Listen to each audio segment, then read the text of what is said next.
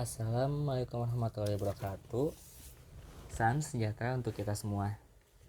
Perkenalkan, nama saya Rustandi, NPM 202121215000471, kelas S2A, kelompok 9. Video PPT ini saya buat guna untuk memenuhi tugas mata kuliah Fonologi Bahasa Indonesia.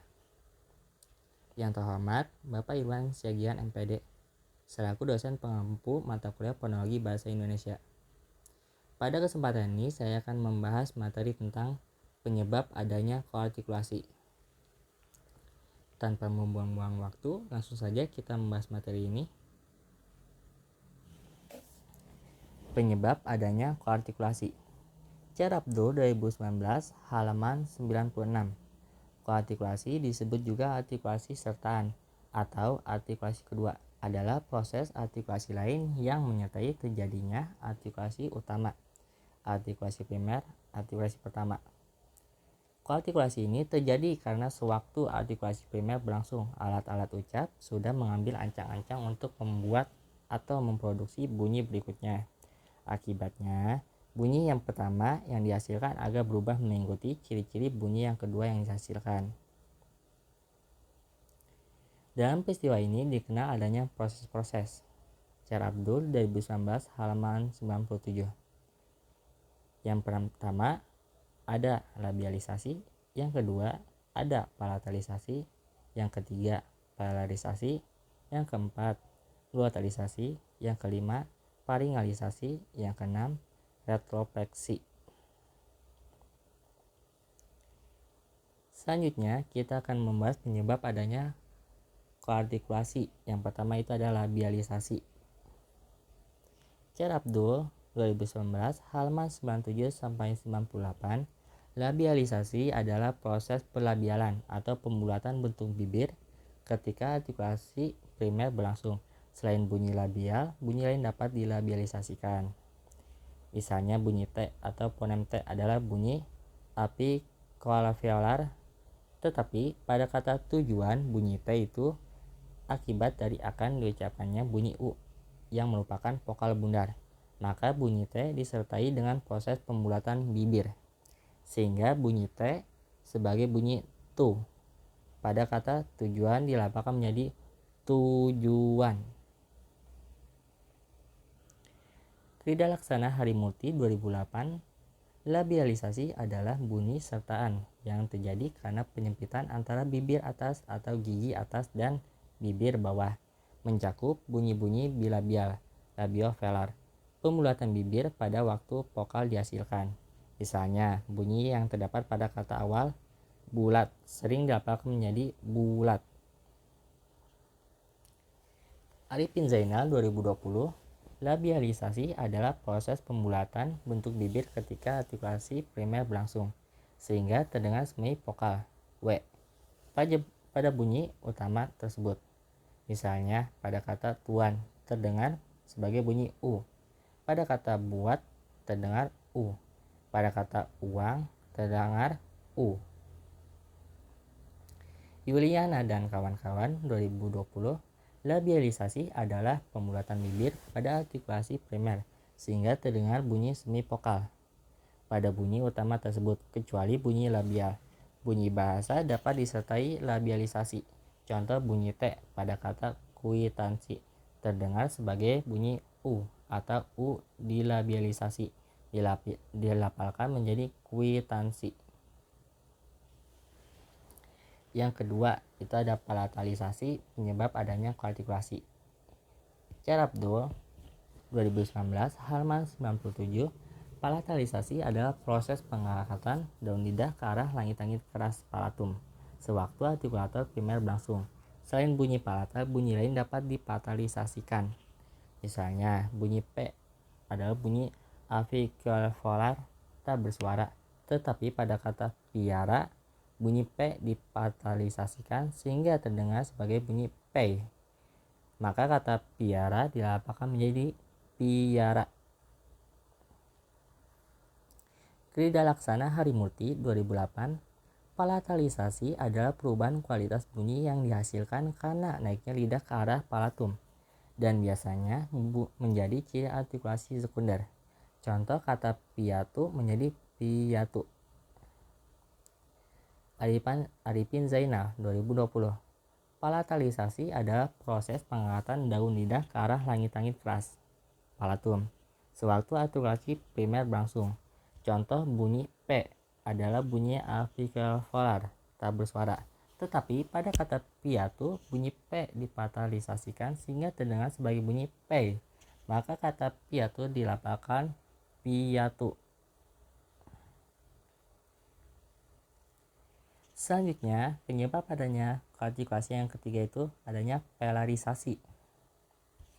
Cerabdo 2019 halaman 98. Pelarisasi adalah proses pengangkatan pangkal lidah dorsum ke arah langit-langit lunak velum ketika artikulasi primer berlangsung. Selain bunyi pelar, bunyi lain dapat diperalisasikan. Misalnya, bunyi M pada kata makhluk diperalisasikan menjadi mak. Oleh karena itu, kata makhluk menjadi makhluk. Kridaksana Harimurti 2008. Peralisasi adalah artikulasi bunyi bahasa dengan dorsum diangkat ke arah velum. Contoh kata yang diawali dengan bunyi M. Bunyi M itu terdengar mak. Contoh dapat dilihat terjadi pada kata maksud. Yuliana dan kawan-kawan 2020. Pelarisasi adalah proses artikulasi yaitu ketika pangkal lidah dorsum naik ke arah langit-langit lunak velum pada artikulasi primer. Contoh bunyi M pada kata makhluk diperalisasikan menjadi mak. Oleh karena itu, kata makhluk dilafalkan menjadi makhluk. Selanjutnya, yang keempat itu ada glotalisasi. Cerabdo 2019 halaman 98. Glotalisasi adalah proses penyertaan bunyi hambat pada glotis pada saat glotis tertutup rapat sewaktu artikulasi primer berlangsung. Misalnya bunyi A dan bunyi O pada kata akan dan obat dilafalkan menjadi akan dan obat. Begitu juga bunyi A pertama pada kata taat dan saat dilafalkan menjadi taat dan saat. Kridalaksana Harimurti 2008. Glotalisasi adalah artikulasi hamzah sebagai ciri sekunder suatu bunyi. Terjadi karena penyempitan ruang antara kedua belah pita suara. Bunyi demikian misalnya, glotalisasi itu dapat diperhatikan pada kata maksud dan rakyat. Arifin Zainal 2020. Glotalisasi adalah proses penyertaan bunyi hambat pada glotis waktu artikulasi primer berlangsung. Contoh bunyi pada kata pertama A pada kata taat dan saat dilafalkan menjadi taat dan saat.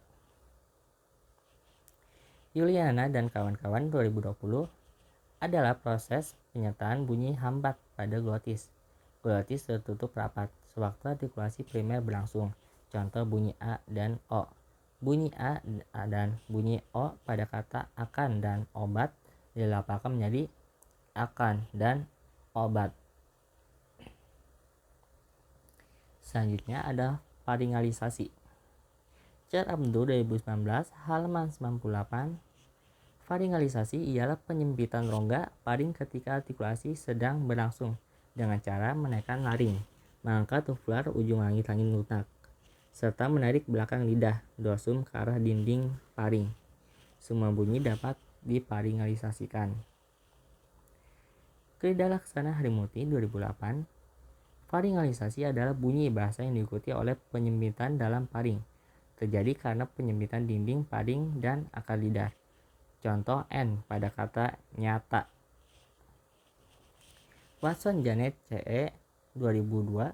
Faringalisasi adalah sebuah istilah fonologi untuk sebuah artikulasi sekunder dari konsonan maupun vokal yang dihasilkan dari kontraksi otot hulu kerongkongan maupun faring dalam artikulasi suara. N artikulasi bunyi bahasa yang diikuti oleh penyempitan faring terdapat pada kata nganga dan nyanyi. Oke, selanjutnya yang terakhir itu penyebab adanya kuartikulasi itu ada retropleksi. Cerabdo 2019 halaman 97.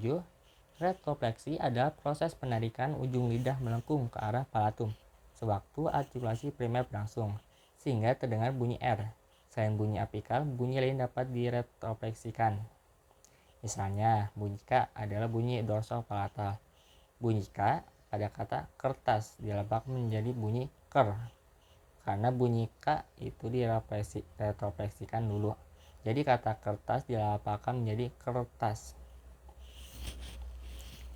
Krida Laksana Harimuti 2008, retropleksi adalah artikulasi bunyi bahasa yang disertai oleh ujung lidah yang melengkung ke arah palatum.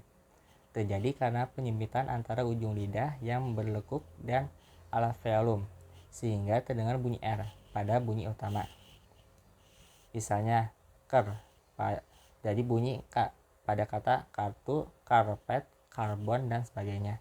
Bunyi R itu semakin dominan terdengar apabila kata-kata tersebut dilafalkan dengan nada yang lebih tinggi. Arifin Zainal 2020, retropleksi adalah bunyi sertaan yang dihasilkan dengan cara penarikan ujung lidah melengkung ke arah palatum sewaktu artikulasi primer berlangsung, sehingga terdengar bunyi R. Contoh, bunyi K pada bunyi dorsopalatal, tetapi bunyi K pada kata kertas dilafalkan sebagai bunyi ker, karena bunyi K diretropleksikan dulu. Jadi kata kertas dilafalkan menjadi kertas. Oke, yang terakhir itu ada simpulan. Kesimpulannya, artikulasi sertaan adalah proses artikulasi lain yang menyertai terjadinya artikulasi utama atau artikulasi primer. Akibatnya, bunyi pertama yang dihasilkan agak berubah, mengikuti ciri-ciri bunyi kedua yang dihasilkan. Adanya kuartikulasi disebabkan oleh beberapa faktor, diantaranya adanya labialisasi, palatalisasi, paralisasi, glottalisasi, faringalisasi, dan retropleksi. Dan terjadilah beberapa perubahan bunyi yang dihasilkan oleh faktor tersebut. Selanjutnya, ini adalah beberapa referensi yang saya dapat dari jurnal dan buku. Oke, cukup sekian pemanfaatan materi penyebab adanya kuartikulasi dari saya. Mohon maaf jika ada penyampaian kata-kata yang kurang jelas ataupun kurang dimengerti. Mohon maaf. Terima kasih. Wassalamualaikum warahmatullahi wabarakatuh.